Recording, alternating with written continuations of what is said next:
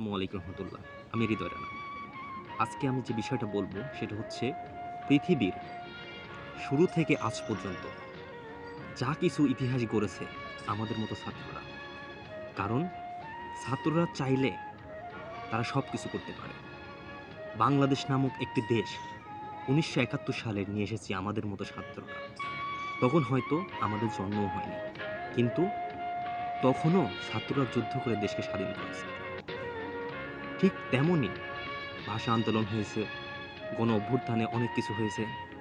আজ ঠিক ১৯৭১ সালের মতো দেশ আরও একবার স্বাধীন হলো, প্রিয় বাংলাদেশ। আসলে আমি যেটা বলতে চাচ্ছি, ছাত্ররা যে আন্দোলন করে সেটা হচ্ছে যৌক্তিক আন্দোলন। সে আন্দোলনে যেই থাকুক না কেন, আওয়ামী লীগ, বিএনপি, জাতীয় পার্টি, শিবির, জামাত, বামপন্থী, ডানপন্থী যাই থাকুক না কেন, আন্দোলনগুলো মেনে নেওয়া উচিত। কারণ এই মেধাবী ছাত্ররা কখনো অযৌক্তিক আন্দোলনে তারা নামে না।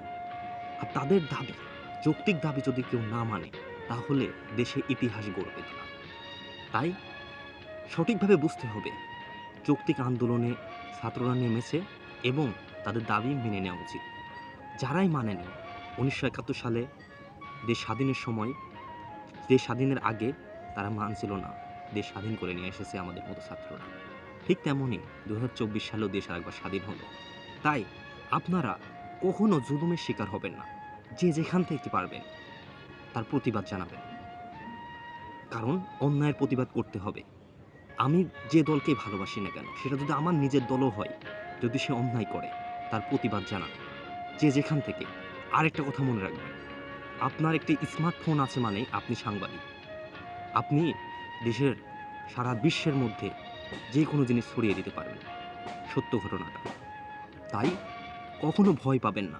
জুলুম যেই করুক না কেন, সে যত বড়ই মানুষ হোক না কেন, যত বড়ই ক্ষমতাশালী হোক না কেন, তার প্রতিবাদ জানাতে হবে।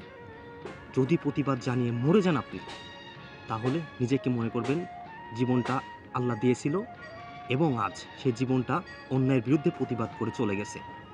তাহলে স্বয়ং আল্লাহ দেখবে সেটা। তাই একটা কথাই বলবো, কখনো কেউ জুলুম করলে, অন্যায় অত্যাচার করলে তার প্রতিবাদ জানান, যে যেখান থেকে পারেন। সবাই ভালো থাকবেন, সুস্থ থাকবেন। আর মনে রাখবেন, ১৯৭১ সালে দেশ স্বাধীন করেছে ছাত্ররা, ২০২৪ সালেও আমাদের মতো, আপনাদের মতো ছাত্ররা দেশ স্বাধীন করলো।